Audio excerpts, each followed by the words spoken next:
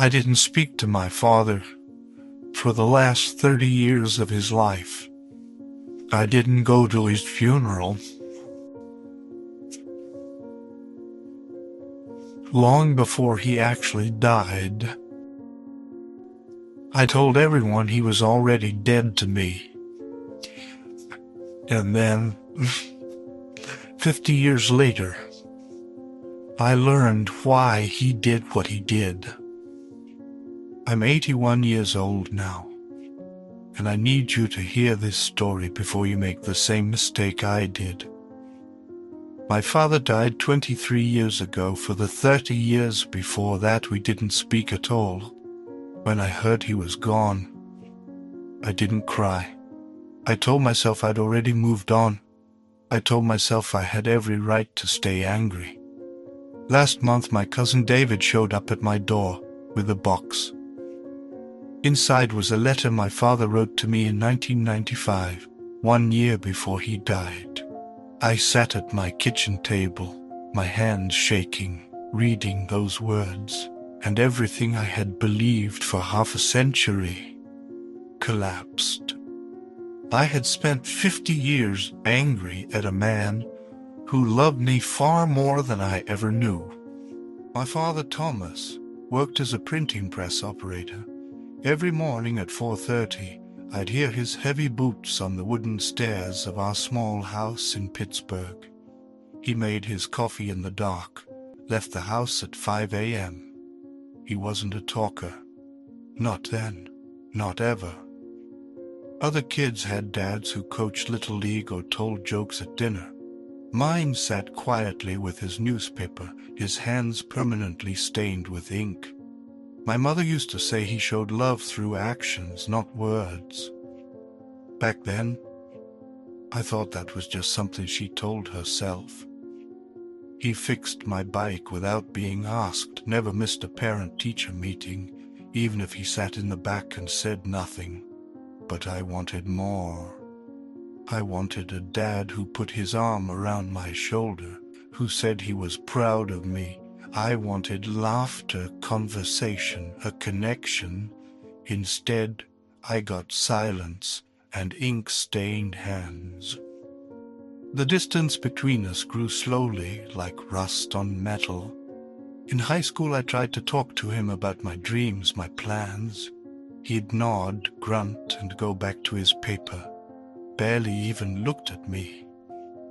I started to believe he didn't care. By the time I was 20, I had convinced myself I was just a burden to him, a bill to pay, a mouth to feed. I truly believed he didn't love me. But I never imagined we'd stop speaking forever. I never imagined I'd bury him without saying goodbye. Sometimes at night, lying in bed as a teenager, I would think about the old days. The rare moments when my father carried me on his shoulders, when he ran behind me as I learned to ride my bike. I remember him smiling then, a real, genuine smile. But that smile disappeared over the years, as if the weight of life had slowly extinguished it. I can't even remember exactly when it vanished. Maybe as I grew older, he withdrew more, or maybe it never left. I just never looked closely enough to see it. I wonder now if he was waiting for me to ask, waiting for me to reach across that growing chasm between us. But I never did, and neither did he. We were both scared.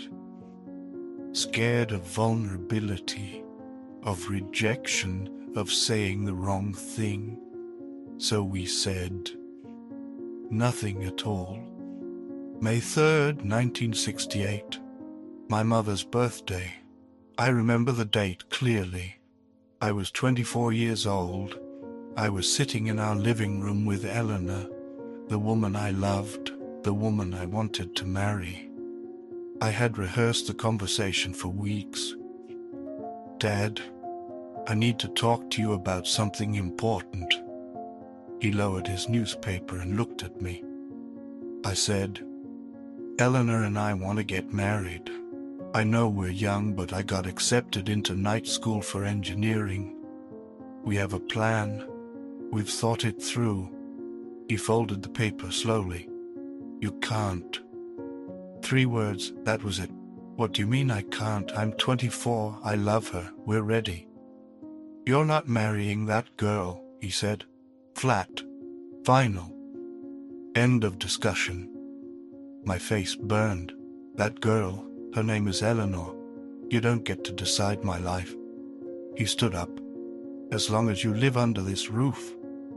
Then I won't live under this roof.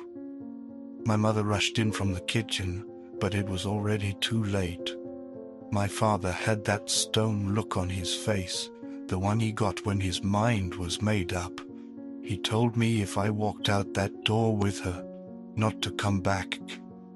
I looked at him, really looked at him, waiting for him to take it back, waiting for the stone to crack. It didn't. Okay, Dad, I said. That night I packed a bag. 2 days later, Eleanor and I left for Chicago. I never slept in that house again. I never spoke to my father again. That was the day my father died to me. In the weeks that followed, I kept expecting a call. Some part of me thought he would reach out, that he would realize he had pushed too hard, but the phone never rang. And with each silent day, my resolve hardened. I told myself I had done nothing wrong, that he was the one who needed to apologize, that I was the victim here. It's remarkable how easily we can convince ourselves of our own righteousness when pride is involved. 30 years passed. 30 years without a single word between us. My mother called sometimes, begging me to make peace. He's your father, she'd say. He's stubborn, but he loves you. If he loved me, I'd say, he wouldn't have given me an ultimatum. He never apologized. Neither did I. I was just as stubborn as he was. Eleanor and I built a modest life in Chicago. I finished engineering school. We had a daughter and a son. I told my kids their grandfather was a difficult man. When they asked to meet him, I said he lived in another country. Over the years, I convinced myself I had moved on, but the truth was different. Late at night, when Eleanor was asleep, I would sometimes find myself thinking about him, wondering if he ever thought about me, if he regretted what happened, if he missed me. But then morning would come, and I would push those thoughts away. I told myself he was the one who drew the line. He was the one who chose his pride over his son. I told myself that if he really wanted reconciliation, he would pick up the phone. He never did. What I didn't know, what I couldn't have known, was that he picked up that phone every single day. He just never finished dialing. In 1995, my mother called. Your father is sick, cancer. He wants to see you. For a moment, my heart tightened, but my pride was stronger. If he wants to talk to me, I said, he knows where I am. He can call. He never did. 2 weeks later, he was gone. I didn't go to the funeral. I told myself he made his choice in 1968, and I made mine. My wife thought it was cruel. My kids looked at me differently after that. I buried my guilt under excuses. He was wrong. He pushed me away. He never tried. That's what I told myself. I carried that anger for another 23 years, until last month, when my cousin David showed up at my door. I found something, he said. Your dad gave this to my mother before he died, made her promise to keep it. He handed me a yellowed envelope. My name was written on it, in my father's careful, blocky handwriting. My hand started shaking before I even opened it. It was the first physical connection I'd had with him in 30 years. I sat at the same kitchen table where Eleanor and I had eaten breakfast for 40 years. The letter began with one word: my son. That was all it took. I was already crying. He wrote that he had seen Eleanor with another man, that he believed she was seeing someone else, that he thought he was protecting me by pushing me away. He admitted he didn't know how to use words, that his pride kept him silent. He wrote that for 30 years he picked up the phone every single day, hoping I would call, and every day he put it back down. Pride is a poison, my son, he wrote. It kills more relationships than hate ever could. My tears smeared the ink on words written almost 30 years earlier. Eleanor passed away 4 years ago. I can't ask her. But in my heart, I know my father was telling the truth. He was an honest man.